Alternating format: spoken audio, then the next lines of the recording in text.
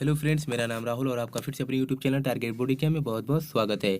तो फ्रेंड्स, मैं आज आप लोगों को इस वीडियो में कक्षा 10 का सामाजिक विज्ञान का न्यू सिलेबस बताऊंगा। जैसा कि आप सब जानते हैं कि इस बार भी कोरोना के कारण स्कूल कॉलेज जब बंद हुए थे, उसके कारण आपके 30% सिलेबस कम कर दिया जा चुका है। ठीक है, तो मैंने आप लोग को गणित का और अंग्रेजी का न्यू सिलेबस बता दिया है। अगर अभी तक आपने उस वीडियो को नहीं देखा है तो उसका लिंक डिस्क्रिप्शन में है। इस वीडियो के बाद अब उस वीडियो को भी देख लीजिएगा, जिससे आपको पता चल जाएगा कि कौन कौन से चैप्टर आप लोग को पढ़ने हैं और कौन कौन से चैप्टर आप लोग को नहीं पढ़ने हैं। ठीक है, तो आज मैं सामाजिक विज्ञान का न्यू सिलेबस बताऊंगा कि इसमें 30% में से कौन कौन से चैप्टर जो है हटा दिए गए हैं। ठीक है, तो देखिए यहाँ से, जैसा कि यहाँ पर लिखा गया है, यहाँ पर देख सकते हैं कि कोविड-19 महामारी के कारण शैक्षिक सत्र सन 2021 से सन 2022 में विद्यालयों में पठन समय से पठन पाठन का कार्य न हो पाने की स्थिति में सम्यक विचारोपरांत विषय विशेषज्ञों की समिति द्वारा निम्नवत 30%, ठीक है, 30% पाठ्यक्रम कम किए जाने की अनुशंसा की गई है। ठीक है, तो यहाँ से देखिए, पहले हम लोग देख लेते हैं इतिहास में कौन कौन से चैप्टर हटा दिए गए हैं। तो देखिए, इतिहास में चैप्टर नंबर 4 जो कि क्या है, औद्योगिकरण का युग। ठीक है, चैप्टर नंबर 4 औद्योगिकरण का युग जो है, उसमें से कुछ टॉपिक्स हटाए गए हैं। जैसे पहला टॉपिक है औद्योगिक क्रांति से पहले एवं औद्योगिक परिवर्तन की गति। ठीक है, पहला टॉपिक है औद्योगिक क्रांति से पहले एवं औद्योगिक परिवर्तन की गति। दूसरा है उपनिवेशों में औद्योगिकरण। ठीक है, उपनिवेशों में औद्योगिकरण। तीसरा है प्रारंभिक उद्यमी और कामगार। चौथा है औद्योगिक विकास का अनुठापन। और पांचवा है वस्तुओं के लिए बाजार। ये 5 टॉपिक हटाए गए हैं औद्योगिकरण के युग से, जो कि इतिहास का चैप्टर नंबर 4 है। अगला चैप्टर है मुद्रण संस्कृति और आधुनिक विश्व। इसमें भी 3 टॉपिक्स हटाए गए हैं। ठीक है, पहला टॉपिक है यूरोप में मुद्रण का इतिहास। दूसरा है 19वीं सदी में भारत में प्रेस का विकास। और तीसरा है राजनीति, सार्वजनिक विवाद और मुद्रण संस्कृति में संबंध। ये 3 टॉपिक हटाए गए हैं मुद्रण संस्कृति और आधुनिक विश्व से। ठीक है, तो इतिहास में चैप्टर नंबर 4 औद्योगिकरण का युग से 5 टॉपिक हटाए गए हैं और मुद्रण संस्कृति और आधुनिक विश्व से 3 टॉपिक्स हटाए गए हैं। ठीक है, तो इतने इतने जो अभी तक हटा दिए गए हैं आप लोग को इतिहास में, इनके अलावा जो भी रहेगा आप लोग को पढ़ना होगा, इन सबको नहीं पढ़ना होगा। तो चलिए भूगोल का देख लेते हैं। तो यहाँ से देखिए, भूगोल में चैप्टर नंबर 6 जो कि विनिर्माण उद्योग है, चैप्टर नंबर 6 इससे हटाया गया है। यहाँ पर देख सकते हैं चैप्टर नंबर 6 से हटाया गया है विनिर्माण उद्योग से प्रकार कामा अवस्थितिक वितरण केवल मानचित्र पर। ठीक है, कामा राष्ट्रीय अर्थव्यवस्था में उद्योगों का योगदान, कामा औद्योगिक प्रदूषण तथा पर्यावरण निम्नीकरण।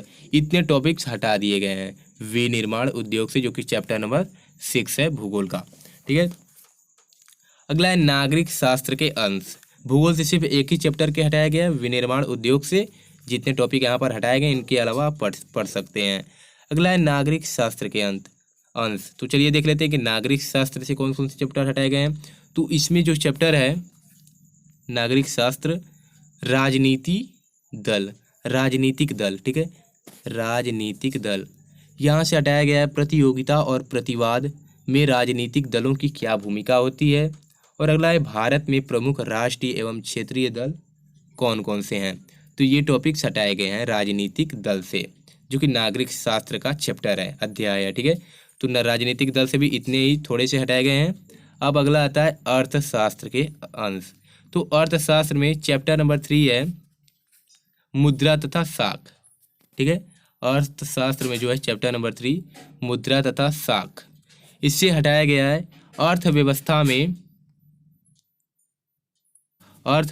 में यहाँ पर देखिए लिखा है अर्थव्यवस्था में मुद्रा की भूमिका, बचत तथा साख के लिए औपचारिक एवं अनौपचारिक वित्तीय संस्थाएं।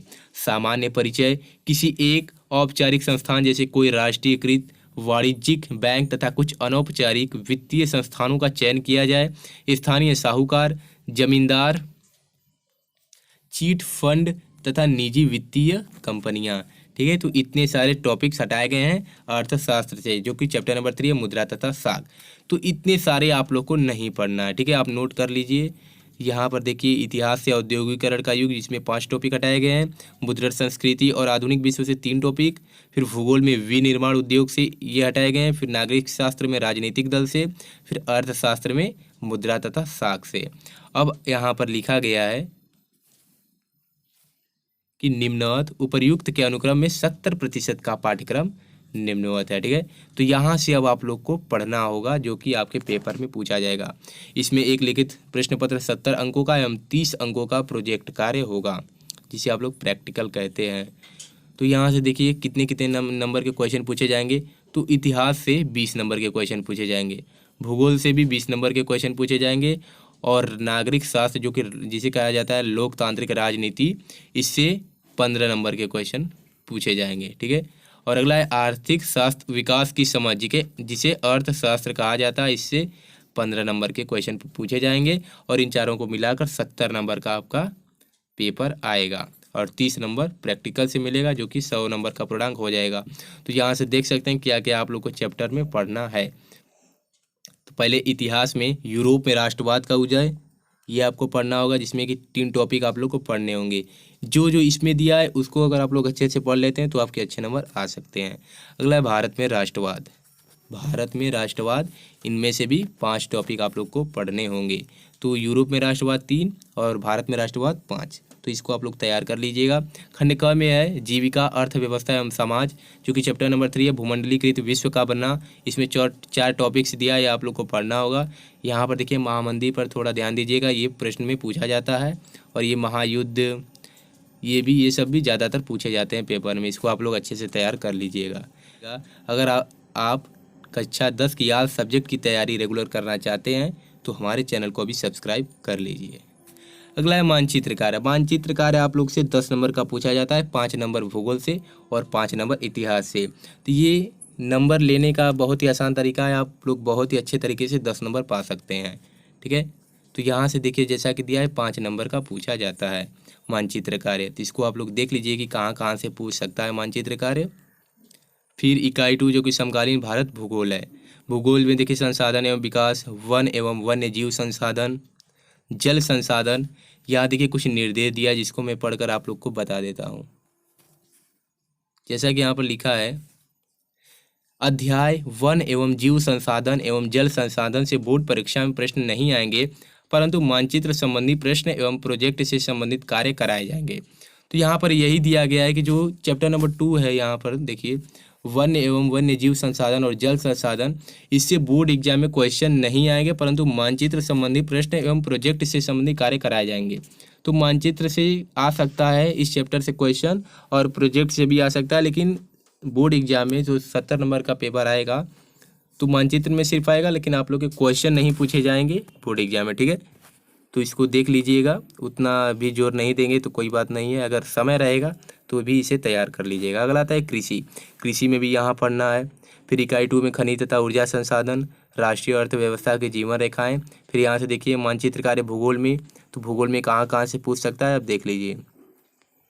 ठीक है, फिर अगला आता है लोकतांत्रिक राजनीति, जिसे नागरिक शास्त्र कहते हैं। तो इसमें सत्ता की साझेदारी एवं संघवाद, लोकतंत्र और विविधता, लोकप्रिय संघर्ष और आंदोलन, जाति धर्म और लैंगिक मसले, लोकतंत्र के परिणाम, लोकतंत्र की चुनौतियां, इतने सारे चैप्टर आएंगे। और लास्ट है आर्थिक विकास की समझ, जो कि जिसे अर्थशास्त्र कहा जाता है। ठीक है, विकास, भारतीय अर्थव्यवस्था के कार्य क्षेत्र, भूमंडलीकरण तथा भारतीय अर्थव्यवस्था, वैश्वीकरण, उपभोक्ता अधिकार, यही आप लोग को पढ़ना होगा। तो फ्रेंड्स, मैंने आप लोगों को सामाजिक विज्ञान का न्यू सिलेबस बता दिया है, इसी के आधार पर आप लोग अपनी तैयारी कीजिए और अच्छे नंबर लाइए। तो चलिए मिलते हैं अगले वीडियो में एक नए टॉपिक के साथ, तब तक के लिए धन्यवाद।